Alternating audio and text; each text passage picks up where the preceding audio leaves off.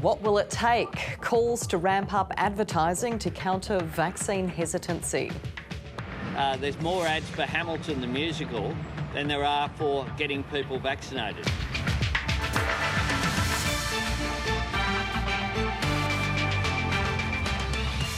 Children among hundreds of migrants risking their lives despite a pushback by Spain.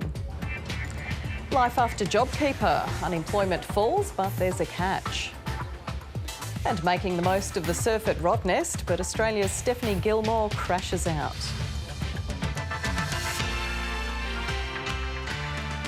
Good evening, I'm Pamela Medlin with a national edition of ABC News.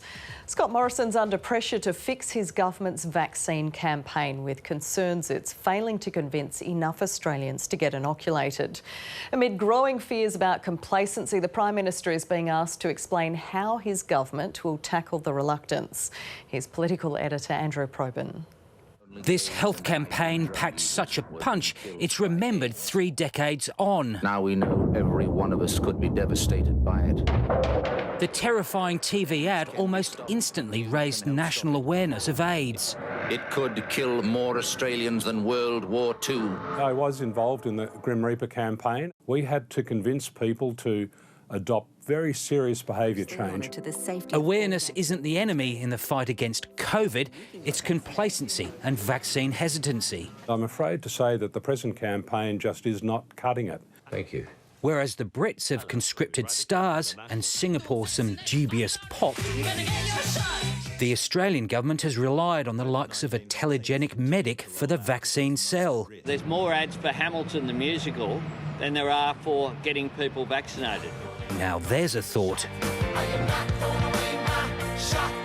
But with almost a third of the population telling pollsters they don't intend getting a jab, what is the government doing to combat resistance? There is more communications going into the more elderly population, and you'll see that rolled out in the weeks ahead. So what do those look like? No, they'll see it when it comes. The publicity surrounding rare blood clots linked to the AstraZeneca jab a clear contributor to vaccine hesitancy. This is a safe vaccine, as approved by the TGA. Of the more than 2 million AstraZeneca shots, there have been 24 cases of blood clots. A 48-year-old woman died. A South Australian man in his 50s is in intensive care. Vaccinations is essential. The government needs to send that clear message rather than a different message every day. Having so frequently talked up the importance of a homemade vaccine, it's remarkable the government isn't more forcefully defending the Melbourne-made AstraZeneca shot, which experts say is highly effective and carries only a minuscule risk. Protecting every Australian requires as many people as possible to get a jab when they become eligible. Business impatient for the rollout to drastically speed up, none more so than the aviation sector that's bleeding cash while borders remain shut. Australians have done an amazing job keeping the lid on COVID. Imagine if we were to put the same focus on the vaccine rollout. The Virgin Australia boss acknowledging she may have caused offence by suggesting borders need to reopen even if some people may die. If I had my time again, I would make my point a bit differently. But her point remains. Andrew Probyn, ABC News, Canberra. A Sydney man has been left heartbroken by the death of his only brother in India. Sunil Khanna is the third Australian known to have died during India's COVID emergency. His mother also died. Now his brother is appealing to the federal government to let him bring his 83-year-old father to safety in Australia.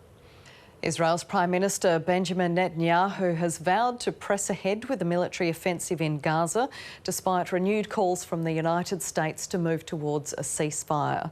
In his fourth phone conversation with the Israeli leader this week, US President Joe Biden made his strongest remarks yet, saying he expected significant de-escalation from today. It marks the first public rift between the two close allies since the latest hostilities began. Middle East correspondent Tom Joyner reports. A New South Wales woman convicted of killing her mother with so-called Green Dream veterinary drugs has been spared a jail term.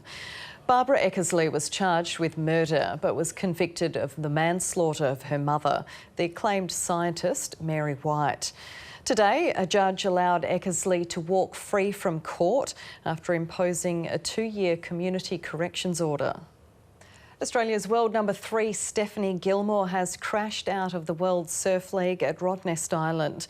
Gilmore was drawn against world number 14 Nikki Van Dijk but couldn't match her compatriot, bundled out at the round of 16. In the men's competition, Brazilian Italo Ferreira made the most of some clean swell, taking to the air several times. The men's round of 16 is set for tomorrow, along with the women's quarter-finals, if the good conditions continue. The Perth Wildcats have given up an 18-point lead to go down to the Bullets 91-88 in Brisbane. Playing their 4th match in 7 days, the Wildcats looked certain to lock in a top 2 spot before the Bullets fought back to level the scores with less than a minute remaining. John Mooney put Perth back in front before Lamar Patterson gave the Bullets the victory. With 1 possession to win the game, Patterson backs all the way in, goes with the left hand and scores! The Wildcats play the Cairns Taipans at Perth Arena on Friday, while the Bullets host South East Melbourne on Saturday. Perth Glory has extended its winning streak to 4 games with a dramatic 2-1 win over 4th-placed Adelaide United.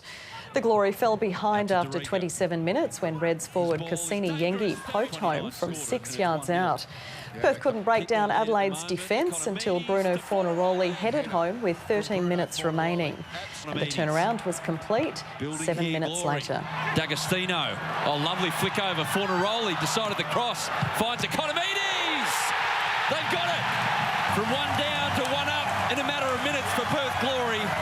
The result puts the Glory level on points with 6th-placed Brisbane, which occupies the last finals position. Australia's Olympic team has expanded with 9 more road and track cyclists set to ride for gold in Tokyo. It includes Tour de France podium finisher Richie Porte and 2-time world champion Amanda Spratt, who'll be representing Australia in her 3rd Games. Now the weather with Graham Creed. We've had a cold front move through the southeastern states, and as it moves out into the Tasman Sea, it's just going to bring a southerly surge along the New South Wales coast. There's a few showers in association with that, and as far as the capitals go, Sydney is the only one likely to see some shower activity tomorrow. But there is also a front moving up in towards the southwest. For Queensland, that onshore wind flow still persists. It will bring the potential of some isolated showers along the coastal fringe. They're a little bit more likely up around the northeast.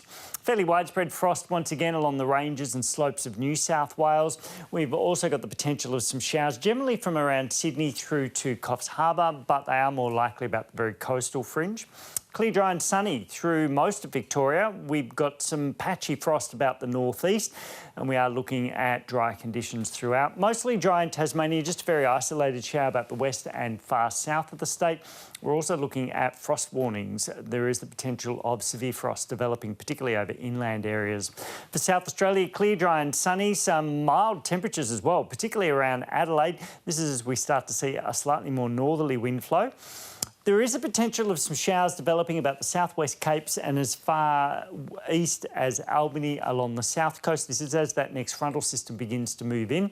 But generally dry and sunny conditions across the Territory and northern WA.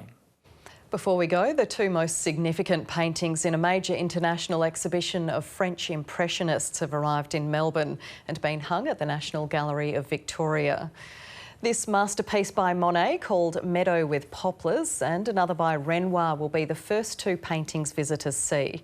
More than 100 paintings are on loan to the gallery from the Museum of Fine Arts in Boston, including 79 that have never before been seen in Australia. Really, after COVID lockdown, we can't yet travel to Paris or Boston, but they're both coming here to us in Melbourne. This is something to celebrate and definitely something to see in the flesh if you can. Other artists on show include Degas, Pissarro and Cassatt. The show opens in a fortnight. You've been watching a national edition of ABC News. If you'd like to watch your local bulletin, just go to iView, where you can stream it live or catch up anytime. But stay with us now for 7:30 with Laura Tingle.